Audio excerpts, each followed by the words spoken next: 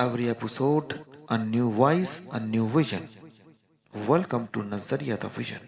Scriptures के सफर का तीसरा और अंतिम हिस्सा शुरू हो रहा है। इस दौर में हम प्रोफेसर गीतिका से उनके अपने जीवन के अनुभव, स्क्रिप्चर से लिए पर्सनल लेसन्स और एक छोटी सी तेज रफ्तार बातचीत भी करेंगे। यह हिस्सा होगा हल्का फुल्का भी और दिल को छू लेने वाला भी।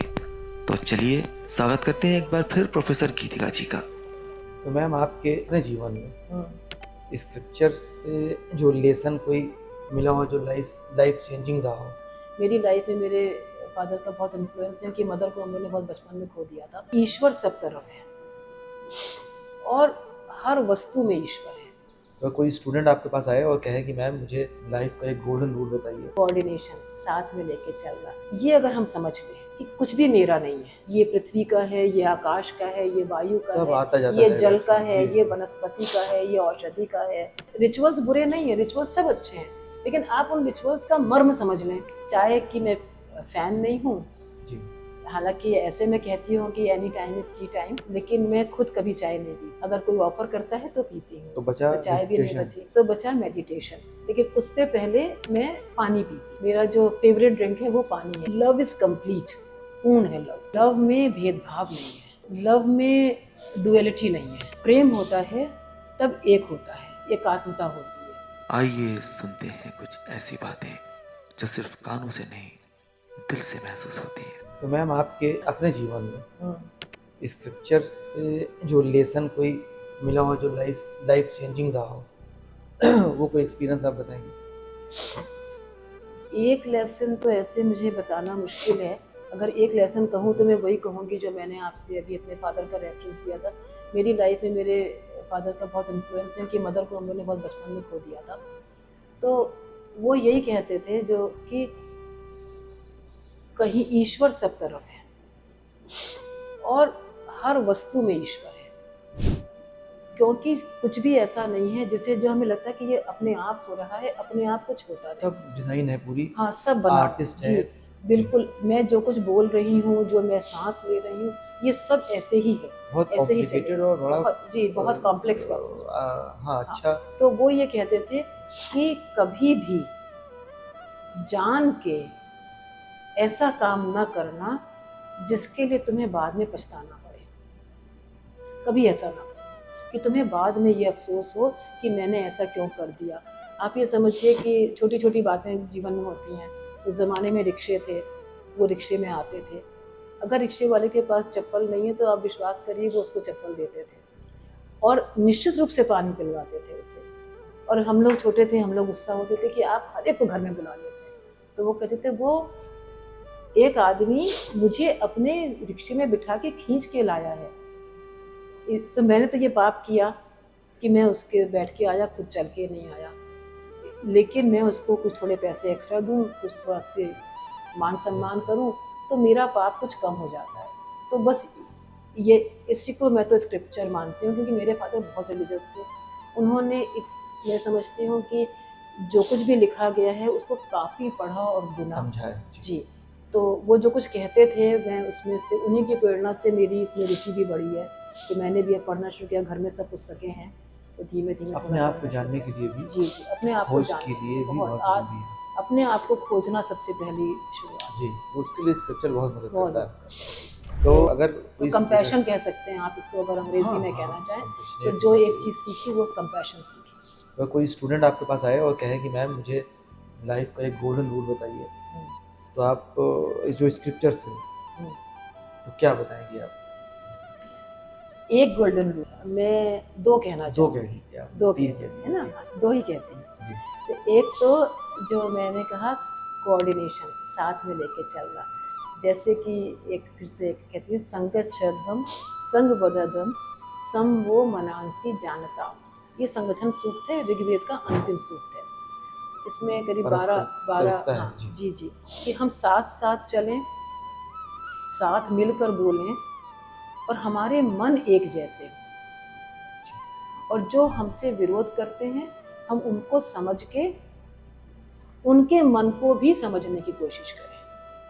तो एक तो चीज़ ये संगठन, कोऑर्डिनेशन, कोऑपरेशन, एम्पैथी, कंपैशन, एक तो ये चीज़ है। और दूसरा एक और है जिसको सबसे ज़्यादा मिसअंडरस्टैंड किया गया है रिचुअल के कारण, कि जब यज्ञ हो रहा होता है तो उसमें अंत में हम कहते हैं इदम न मम, ये मेरा नहीं है। अच्छा। जी, तो इसको बस वो पुरोहित बैठ के मंत्र बोल रहे होते हैं और लोग आहुति डाल रहे होते हैं, इदम न मम। कभी शरीर ही समझते हमारा नहीं, नहीं है तो और क्या हाँ है? समझते नहीं है इसका। जी। जब इसको हम आत्मसात कर लें, तो अगर आप एक कहेंगे तो मैं एक कहूंगी इदम न मम। ये अगर हम समझ लें कि कुछ भी मेरा नहीं है, ये पृथ्वी का है, ये आकाश का है, ये वायु का सब आता है, जाता ये रहेगा। जल का है, जी। ये वनस्पति का है, ये औषधि का है, ये हम समझ लें, ये सूर्य का है, ये चंद्रमा का है, ये मेरे पड़ोसी का है, ये उस जीव का है, ये पेड़ पौधों का है, हम ये समझ लें, ये जन कल्याण के लिए है, ये भाव मन में आ जाए, सस्टेनेबिलिटी के लिए। सस्टेनेबिलिटी के लिए जी। है। सस्टेनेबिलिटी का मतलब ही यही है कि जो हमेशा बना रहे, बना रहे हैं। है ना। सस्टेनेबिलिटी तो यही चीज़ है, जी। ट्रांजिएंट और सस्टेनेबल। तो जो ट्रांजिएंट है वो तो हम हैं, मैं ट्रांजिएंट, नष्ट हो जाऊंगी। सस्टेनेबल क्या है, मेरे डीड्स, वही सस्टेनेबल है। अगर केवल थॉट है और डीड्स में कन्वर्ट नहीं हो रहा है तो ये अधूरी यात्रा है। जी। यात्रा पूरी तभी है कि एक अच्छा विचार है, उस विचार को हम निश्चित रूप से ही एक्शन में लाएं, तभी तो वो याद किया जाएगा। वरना कहेंगे बातें तो बड़ी बड़ी करती थी पर कभी कुछ करते भी नहीं देखा। तो अमरत्व तो तभी प्राप्त होगा जब अच्छा काम करेंगे। कहना इसलिए ज़रूरी पड़ता है, ज़रूरी नहीं है कि हमेशा कहा ही जाए, मौन रह के भी किया जा सकता है। हाँ, अपने व्यवहार से जी, बताया जा व्यवहार से सकता ही है। बता सकता है, केवल करने से ही समझ में आ जाएगा। लेकिन कभी कभी इसलिए भी कहना पड़ता है कि बहुत दफ़े टेकन फॉर ग्रांटेड हो जाता है। तो कैसे मैसेज जाए, एहसास हो कम से कम, जी, जो एहसास हो लोगों नहीं को, होता। जी, जो नहीं होता, और बस। जिसके लिए किया जा रहा है उसको ये एहसास ना हो कि हमने कोई एहसान किया उस पर, लेकिन दूसरे को ये एहसास हो कि हमें ऐसा व्यवहार करना चाहिए, ये हमारा बिहेवियर होना चाहिए। आपका प्रोग्राम है नज़रिया, तो नज़रिया तो अपने आप में कॉम्पोजिट है कि हमारी सोच ऐसी है, ये हमारा नज़रिया है, पर्सपेक्टिव ये हाँ, है, पर्सपेक्टिव ये है, और हम इस विजन को ऐसे इम्प्लीमेंट करते हैं। तो जैसे कि आपने कहा, बिजनेस में बिल्कुल इम्प्लीमेंटेशन होना चाहिए, मैनेजमेंट में बिल्कुल इम्प्लीमेंटेशन होना चाहिए, लाइफ में ही इम्प्लीमेंटेशन होना चाहिए। तो इदम न मम का सब में सार्थक व्यवहार हो, तो आप यही उसको बात वही है। एक राय देंगे कि अच्छी इंसान बनो। जी बिल्कुल। अभी तुम्हारे पास रिसोर्सेज का पोजीशन है, तो उस पोजीशन को आगे जो बढ़ाओ तो कुछ इन्हेंस करके बढ़ाओ, जी हाँ, जी ये हाँ। नहीं कि उसको और खराब और करके जो बढ़ाओ। रिसोर्सेज मिले हैं जी। उन रिसोर्सेज के प्रति रेस्पेक्टफुल हो, रिस्पेक्टफुल उनके लिए हो, रिस्पेक्टफुल हो कि जी, तुम्हें ये रिसोर्सेज gratitude हो। मिले, ग्रेटिट्यूड हो, और फिर उन रिसोर्सेज को कंजर्व करो, उन रिसोर्सेज को ग्रो करने में आगे यूज करो, उन रिसोर्सेज को एक्सप्लॉइट मत करो। एक जो अंग्रेजी का शब्द है ना कि रिसोर्स यूटिलाइजेशन के बदले रिसोर्स एक्सप्लॉइटेशन कहते हैं, बड़ा खराब शब्द है। यूटिलाइजेशन भी अपने आप में बहुत अच्छा नहीं अच्छा है, वर्ड है। हाँ, फिर भी यूटिलाइजेशन फिर भी ठीक है, फिर भी ठीक है। हाँ, फिर भी ठीक है। यूटिलाइजेशन हाँ, ऐसा हाँ, हो कि ऐसा हो कि उसका नुकसान ना हो, जी। बिना उसका नुकसान किए यूटिलाइजेशन हो जाए। क्योंकि आपने ये बताया जैसे ज़मीन है, जी, ज़मीन की प्रोडक्टिविटी और फर्टिलिटी खत्म खत्म हो गई है, हो चुकी है, एक्सप्लॉइटेशन हो गया। इतना बुरी तरीके से एक्सप्लॉइटेशन हो गया है। एक सर्वे के हिसाब से था कि 2040 में इंडिया में मतलब नेचुरल ग्रोथ खत्म हो जाएगी हो जाएगी, जमीन की। जी हाँ बिल्कुल। अभी भी आप ये समझिए कि आप किसी भी खेत में अगर आप कोई खाद ना डालें तो हो सकता है फसल उगे ही ना, क्योंकि वो जी। जमीन में तो अपनी कोई फर्टिलिटी रह ही नहीं गई है। ये हो गया और कि हवा भी जो हमारी आ रही है, हाँ, वही उसमें इतनी polluted है। पोल्यूटेड है। पहले हम कहते थे कि सुबह सुबह उठो, मॉर्निंग वॉक पे जाओ, अब डॉक्टर कहता नहीं, मॉर्निंग वॉक पे तो जाना ही नहीं क्योंकि बड़ा पोल्यूशन है। Pollution, हाँ। तो ये हमने, मैं ये कहती कि हमने ये कैसा समाज बना तो दिया, जो पोजीशन कैसा में था विकास हमारे, कर तो वो हमने जी। उसको और खराब कर दिया। खराब कर दिया, खराब जो कर हमें दिया। मिला था हमने उसकी इज्जत नहीं करी। जी। तो ज़मीन के बारे में एक हमने पॉडकास्ट किया था, एक जी साइंटिस्ट जी, है अच्छा अच्छा। डॉक्टर धर्म सिंह साहब, उन्होंने बताया कि ये जो ज़मीन में पेस्टिसाइड्स डलता है, सिर्फ 2% पेस्टिसाइड्स यूज़ होता है, 98% पेस्टिसाइड्स ज़मीन को खराब करता करने में है। वो एक अर्थवॉर्म होता था, जी, वो खत्म होता जा खत्म रहा होता है जा रहा है। क्योंकि वो बढ़ाता था हाँ, प्रोडक्टिविटी को, प्रोडक्टिविटी वो बढ़ाता खत्म होता जा रहा है। बहुत सारे उसके जो मतलब जो कंपोजिशन थी वो ख़राब होती जा रही है और वो कैंसरस है।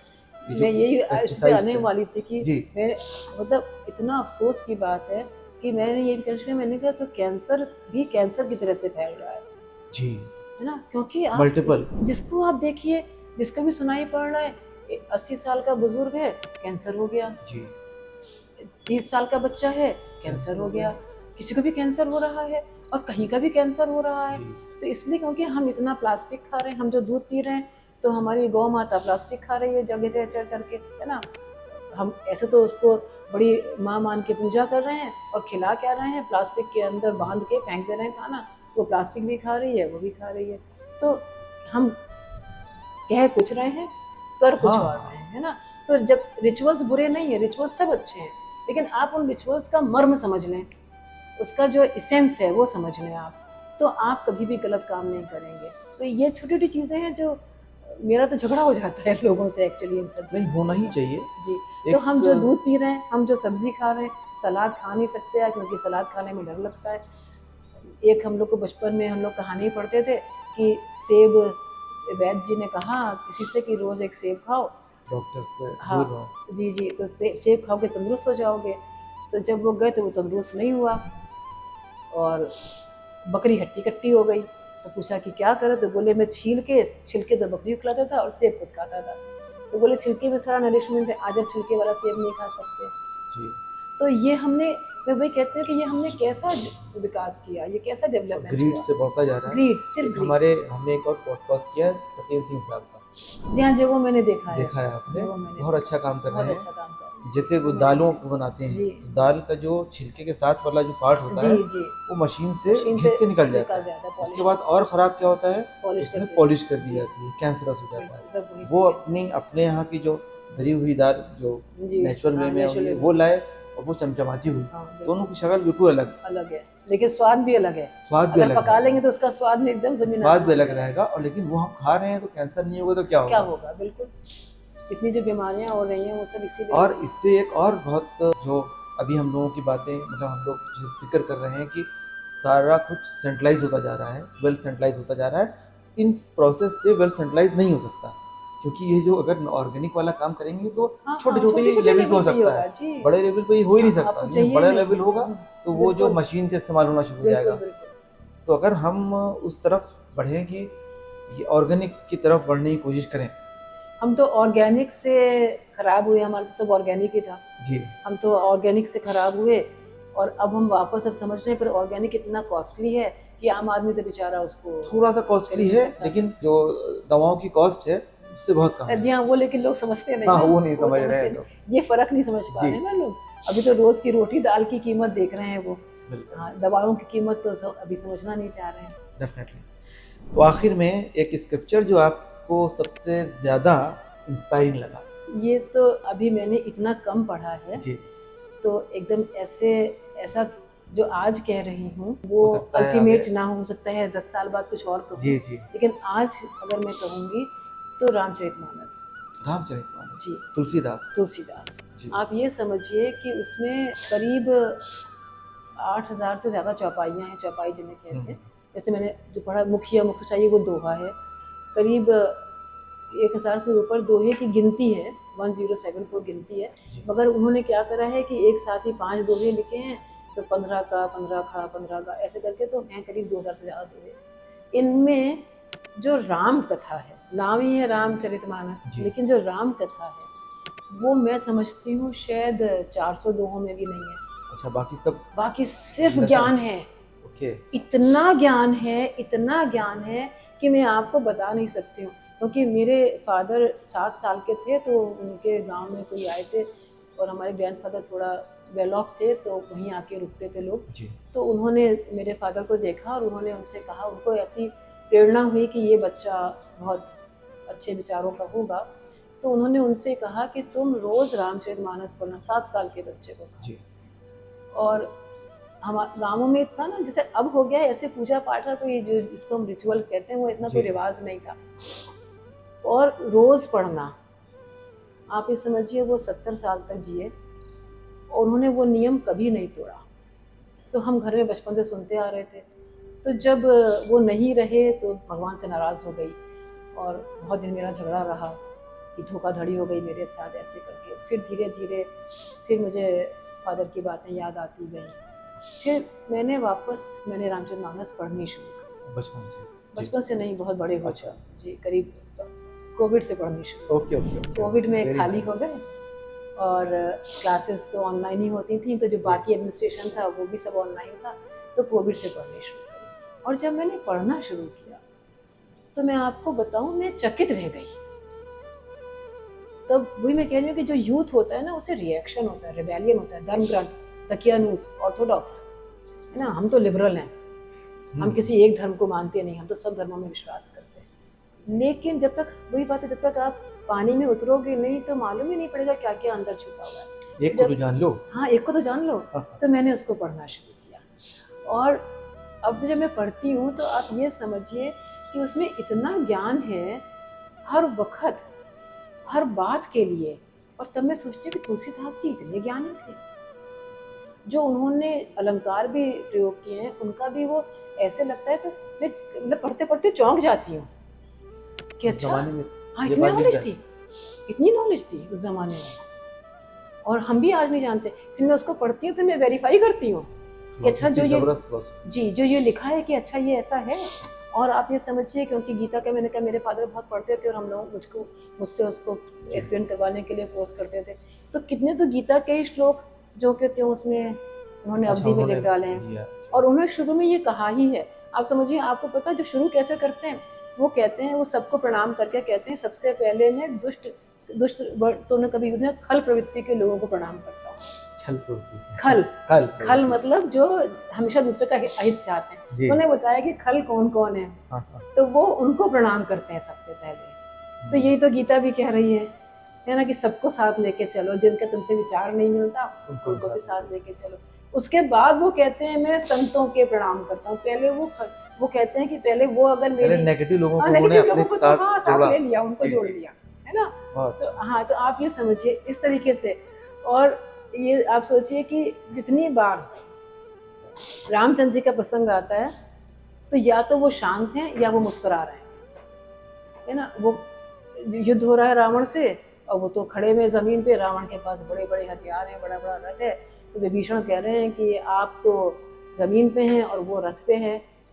तो वो कैसे कह रहे हैं, ऐसे तुलसीदास जी कहते हैं, वो मुस्काए और बोले, मुस्कुरा के बोले जो वीरता प्राप्त करने का रथ कैसा होता है, तो उसके सच पहिए होते हैं, है ना, उसका सारथी तेजस्वी होता है, उसका सारथी उसका जो अंदर आत्मविश्वास है वो उसका सारथी होता है, उसके घोड़े उसका जो विद्या है, हाँ विद्या है, थॉट प्रोसेस है, वो उसके घोड़े होते हैं। तो वो ऐसे एक्सप्लेन कर रहे हैं। अब आप समझिए, आप उसको लेकर आइए लाइफ में, इम्प्लीमेंट करिए कि अगर आपके पास, आपको लग रहा है कि मैं तो रिसोर्सलेस हूँ, मेरे पास तो कोई रिसोर्सेज नहीं, मैं क्या कर सकती हूँ। नहीं, मैं तो हूँ अपने साथ ना, मेरा थॉट तो है, मेरी शक्ति तो है, मेरा आत्मविश्वास है। उन्होंने बहुत जबरदस्त जी।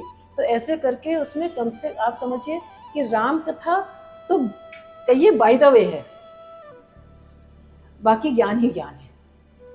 और मैं अभी ऐसा सोच ही रही हूँ कि अगर नेटफ्लिक्स पे मुझे कुछ बनाना हुआ तो मैं इसके ज्ञान पे ही बनाऊँ। हाँ, नहीं, ये एस्पेक्ट बहुत जबरदस्त एस्पेक्ट है जी, क्योंकि राम कथा तो सबने देखी, ज्ञान नहीं देखा किसी। एक वैल्यू जो दुनिया को अर्जेंटली चाहिए, आपने बहुत सारी वैल्यूज बताई। जी जी जी। तो समराइज करके एक वैल्यू। मैं फिर कंपैशन पे ही आ जाऊँ। कंपैशन होना चाहिए, बहुत ज़रूरी है, बहुत ज़रूरी है कंपैशन पे। तो ज़्यादा कंपैशन को मैं जोड़ती हूँ, इसीलिए जो मैंने आपसे इदम नमम की बात कही, जितनी लड़ाइयाँ हो रही हैं सब तरफ, किसी भी वजह से हो रही हैं, वो सब इसीलिए हो रही हैं कि ये मेरा है, ये मेरा है, ये मेरा है। हाँ, कंपैशन हो अगर तो किसी की मौत पर खुशी नहीं होगी। कैसे खुशी हो सकती है ना, ये किसी के नुकसान पर खुशी किसी के नुकसान पे। और मैंने कहीं ये पढ़ा था, मुझे ये वो बड़ा अच्छा लगता है, वो मैं हमेशा कहती हूँ कि किसी ने पोइट्री फॉर्म में लिखा था, मैं उसको संक्षेप में प्रोज में कह रही हूँ कि दो दुश्मन देश के सिपाही अगर कहीं रास्ते में मिल जाएं और जाने ना कि हम दुश्मन देश के हैं, तो दोस्ती करेंगे, बच्चों का हाल पूछेंगे और कहेंगे हमारे घर आओ, साथ बैठ के एक ही थाली में खाना भी खा लेंगे। तो अगर लड़ाइयाँ ना होती तो कितना अच्छा, कितनी अच्छी दुनिया होती। ग्रीड नहीं होती, लड़ाई नहीं होती। ग्रीड नहीं होती तो लड़ाई नहीं होती। अच्छा, ज़्यादा पावरफुल क्या समझती हैं आप, शब्द या साइलेंस? नहीं, मैं इसको कंपेयर नहीं कर पाऊंगी। जहाँ शब्द की ज़रूरत है वहाँ शब्द, और अच्छा, जहाँ साइलेंस की ज़रूरत है वहाँ साइलेंस। तो आपका ऐसा कहने में, ऐसा लोग कहते हैं कि silence speaks larger than words, पर ये ज़रूरी नहीं है हमेशा, क्योंकि कहाँ शब्द, जहाँ शब्द की आवश्यकता, साइलेंस बहुत बहुत नुकसान कर जाता है। बहुत नुकसान कर जाता है। जी जी, जैसे कि जब मैं कहती कि बुराई पे हमेशा अच्छाई की जीत हो, तो अगर आप बुरा होते हुए देख के चुप मौन रह रह जाएं। जाएं, तो फिर तो आपने बुराई को जीत जाने दिया। तो शब्द और मौन, साइलेंस और वर्ड्स या आर्ग्यूमेंट या डिपेंड करता है ये डिपेंड कि करता है क्या सिचुएशन। बहुत अच्छी बात। और आपका मॉर्निंग रिचुअल, चाय, मेडिटेशन या WhatsApp scroll? Negative WhatsApp call तो मैं 11 बजे से पहले खोलती नहीं हूँ। अच्छा। कभी कभी फिर फ़ोन आते हैं, व्हाट्सएप नहीं देखा तो मैं कहती हूँ अच्छा कुछ इमरजेंसी हो गई क्या, तो इसलिए व्हाट्सएप तो बिल्कुल ही नेगेटिव है। और चाय की मैं फ़ैन नहीं हूँ, जी, हालांकि ऐसे मैं कहती हूँ कि any time is T time, लेकिन मैं खुद कभी चाय नहीं पीती हूँ। अगर कोई ऑफ़र करता है तो पीती हूँ, तो बचा चाय भी नहीं meditation। बची तो बचा मेडिटेशन। लेकिन उससे पहले मैं पानी पीती हूँ, मेरा जो फेवरेट ड्रिंक है वो पानी है। चाय के बजाय पानी। जी, तो मैं करीब 1.5-2 ग्लास वाटर लेके उसके बाद थोड़ा सा फ्रेश होके, और फिर मेरा मेडिटेशन मोस्टली सोने से पहले होता है।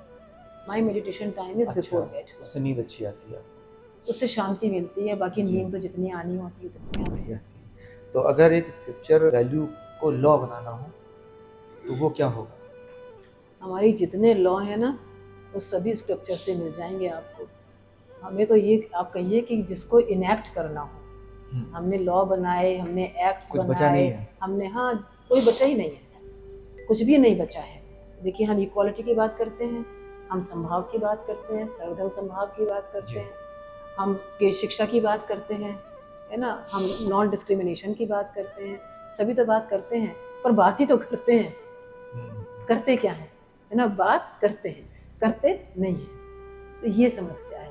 सबसे पहले हम, तो समस्या क्या हुई कि हमने राइट्स याद कर लिए, सबको याद है कॉन्स्टिट्यूशनल राइट्स, उसके बाद कॉन्स्टिट्यूशन में ड्यूटीज़ भी लिखी हुई हैं, किसी ने वो पढ़ी है क्या?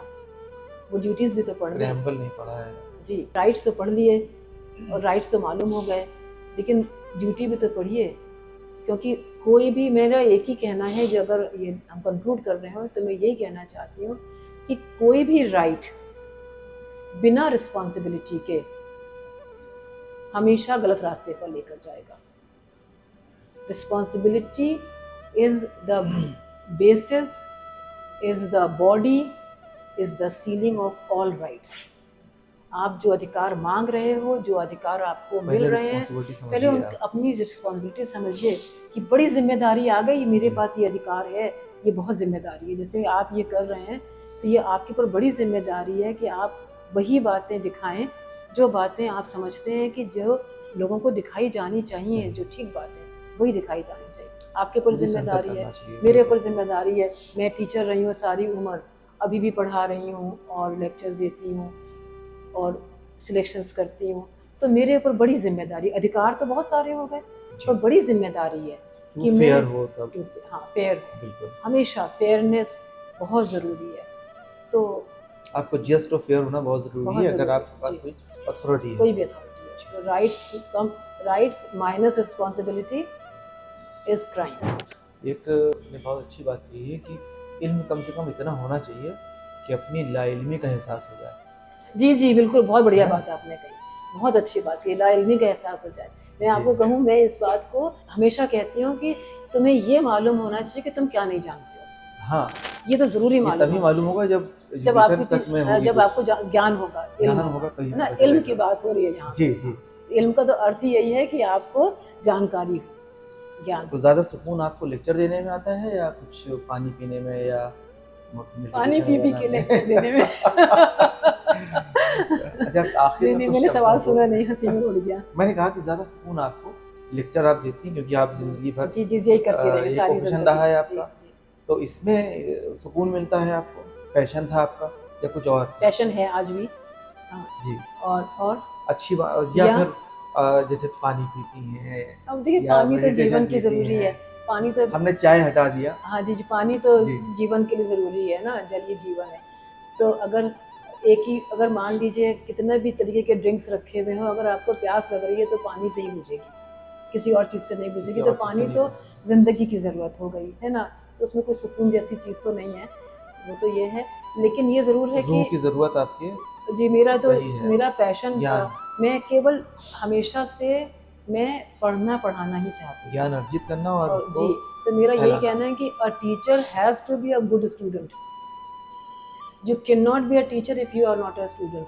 और स्टूडेंट कौन है? जो सीखना चाहता है, वही स्टूडेंट है जो सीखना चाहता है। वो चाहे किताबों से मिले, चाहे लोगों से सुन के बात मिल के मिले, चाहे चीज़ों को देख के ऑब्जर्वेशन से मिले, चाहे किसी के और के ज्ञान से प्राप्त हो, बिल्कुल। अपने अनुभव से प्राप्त हो।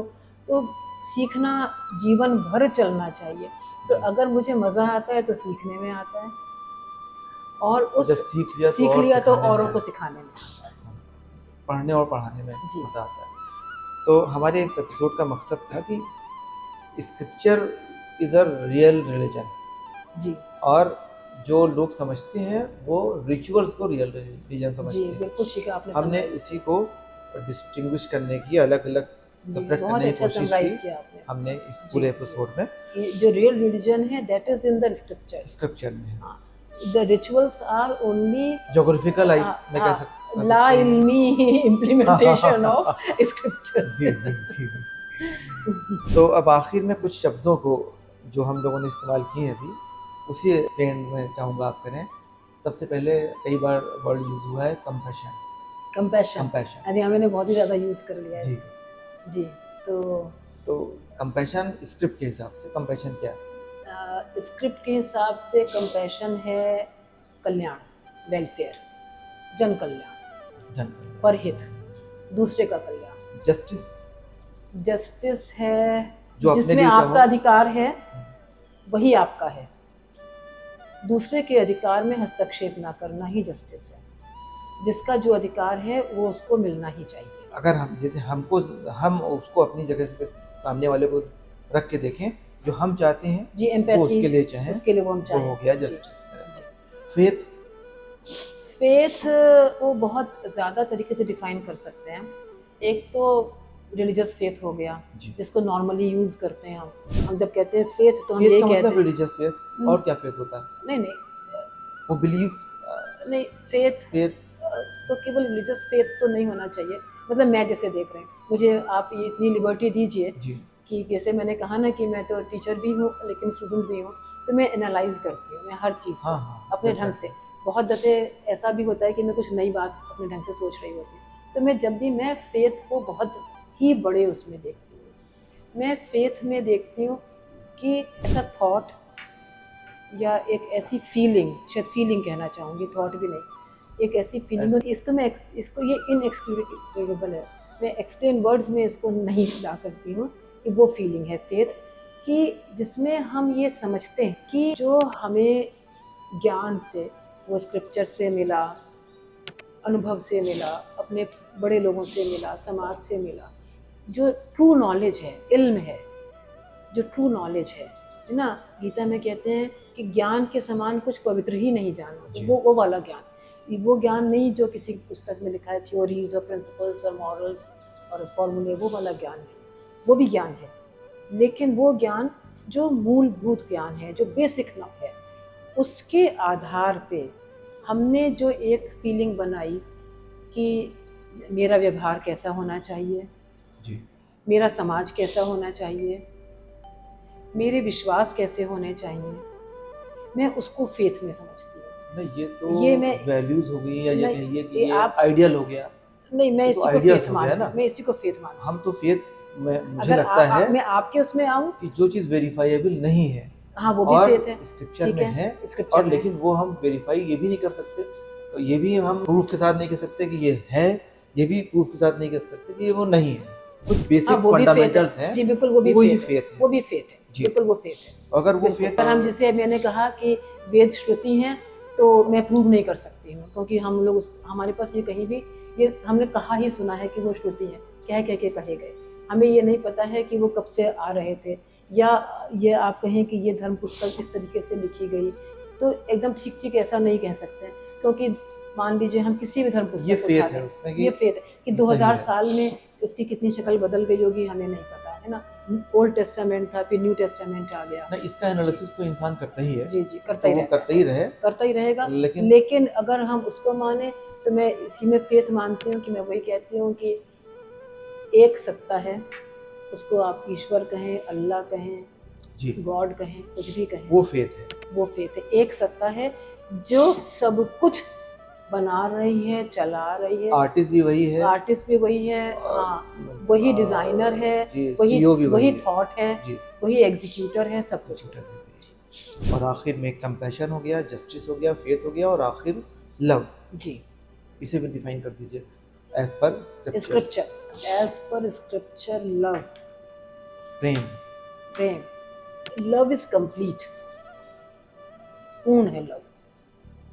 लव में भेदभाव नहीं है, लव में डुअलिटी नहीं है। जब प्रेम होता है तब एक होता है, एकात्मता होती है ना। मैं स्क्रिप्चर पे आऊँगी, मगर मेरा कबीर का जी, बड़ा मैं फैन रही हूँ, वो भी तो कबीर scripture का, ही है। हाँ, स्क्रिप्चर ही है हमारे लिए तो आज की तारीख में। तो उनका एक बहुत ही प्यारा उनका एक दोहा है, वो ये कहते हैं, साखी कह लीजिए, वो ये कहते हैं, प्रेम गली अति सा करी, या में दो न समाए, जब मैं था तब हरी नहीं, अब हरी है हम ना। कि प्रेम गली इतनी संकरी है, इतनी नैरो है कि इसमें एक ही रह सकता है। तो जब तक मैं समझता था कि मैं कर रहा हूँ, मैं सब कुछ हूँ, तब तक ईश्वर से दूर था। अब मैं ईश्वर में समा गया हूँ, तो अब मैं नहीं। तो ये मैं मानती हूँ कि यही प्रेम है, कि प्रेम वो है कि जब डुअलिटी खत्म हो जाए, तो मैं आप में भी ईश्वर में देखूँ, इनमें भी ईश्वर देखूँ, सब तरफ ईश्वर को देखूँ, और मैं जब मतलब सब आत्मा का परमात्मा में मिल जाना, ये है जी प्रेम। जी हाँ, यही प्रेम है। तो मैं यहाँ पे, अगर ये लास्ट क्वेश्चन है, तो मैं एक ईशावास्य उपनिषद है, जी, उससे कहूँगी। प्लीज। तो वो है पूर्ण मदः, मैं इसको इन्फिनिटी के लिए यूज़ करती हूँ, पूर्ण मदः पूर्णमिदं पूर्णात् पूर्ण मुदच्यते, यानी कि यह भी पूर्ण है, वह भी पूर्ण है, और सब कुछ पूर्ण है। इसको सबको पूर्ण ही समझो, कंप्लीट समझो, होलसम समझो, टोटलिटी में देखो। पूर्णत से पूर्ण माद आए, पूर्ण मेवा वशिष्यते। अगर पूर्ण में से पूर्ण निकाल लेंगे तो भी पूर्ण ही बचेगा। इन्फिनिटी में से इन्फिनिटी निकाल दीजिए, इन्फिनिटी ही रहेगा। तो love is God, God is love, और प्रेम पूर्ण है। अगर हमारे मन में प्रेम है तो हम कंपैशनेट होंगे, हम फेयर होंगे, और हमारा जो फेथ है वो किसी को तकलीफ नहीं पहुंचाएगा। तो मैं इसको एक सुप्रीम पावर हाँ, मतलब आप इसको एक मानती है, सबसे पवित्र भाव। सब प्रेम आखिर में हो गया जी। तो आपसे बातें करके बहुत अच्छा लगा मुझे मैम। भी। तो हम लोग फिर से अभी आपसे बातें करने में बहुत सारी चीज़ें सामने निकली कि आप पोल्यूशन पर भी बहुत फिक्रमंद हैं, उस पर हम लोग अलग से बातें कर सकते हैं। और कभी एनवायरनमेंट पे करिए आप, scriptures on environment and the gaps, कि एनवायरनमेंट के लिए स्क्रिप्चर्स में क्या कहा गया है और हम क्या कर रहे हैं। डेफिनेटली ये बहुत जिम्मेदारी है हम लोगों जी, की। बहुत जिम्मेदारी है, और वो हम कैसे उसका बिल्कुल ऑपोजिट कर रहे हैं। तो और इस पर भी, और इसके अलावा क्योंकि यूनिटी में आप प्रोफेसर रही हैं, डीन रही हैं, तो मैनेजमेंट के बारे में भी कुछ बेसिक सी चीज़ें, इस पर भी हम लोग कर सकते हैं हम लोग आपसे बात। तो आपका वक्त देने के लिए बहुत बहुत शुक्रिया, और मुझे बहुत अच्छा लगा, बहुत मज़ा आया, और उम्मीद है कि और मुझे भी बड़ी नॉलेज हुई आपसे, बहुत सारी चीज़ें मिली, जैसे कि मुझे इतना इल्म तो होना चाहिए कि ला इल्मी का पता रहे। ये मुझे इतना अच्छा लगा, मैं उसको अंग्रेज़ी में कहती थी, अब ये बहुत सुंदर शब्द है, तो ये मैं उसको याद रखूँगी। धन्यवाद, बहुत बहुत शुक्रिया।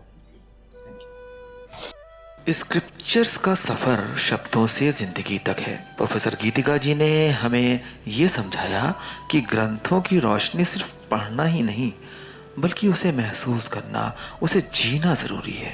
पिछले 3 एपिसोड्स की 3 हिस्सों की बातचीत ने हमें एक नया नजरिया दिया, इंसानियत, जस्टिस, कंपैशन और प्रैक्टिस का। यही था इस स्क्रिप्चर्स का लेसन, और जो कि which is missing from practices. अगली मुलाकात तक अपनी जिंदगी को ग्रंथों की रोशनी से रोशन कीजिए और नजरिया द विजन से जुड़े रहिए। फिर मिलेंगे एक नए मेहमान के साथ, एक नए नजरिए के साथ। तब तक ख्याल रखिए।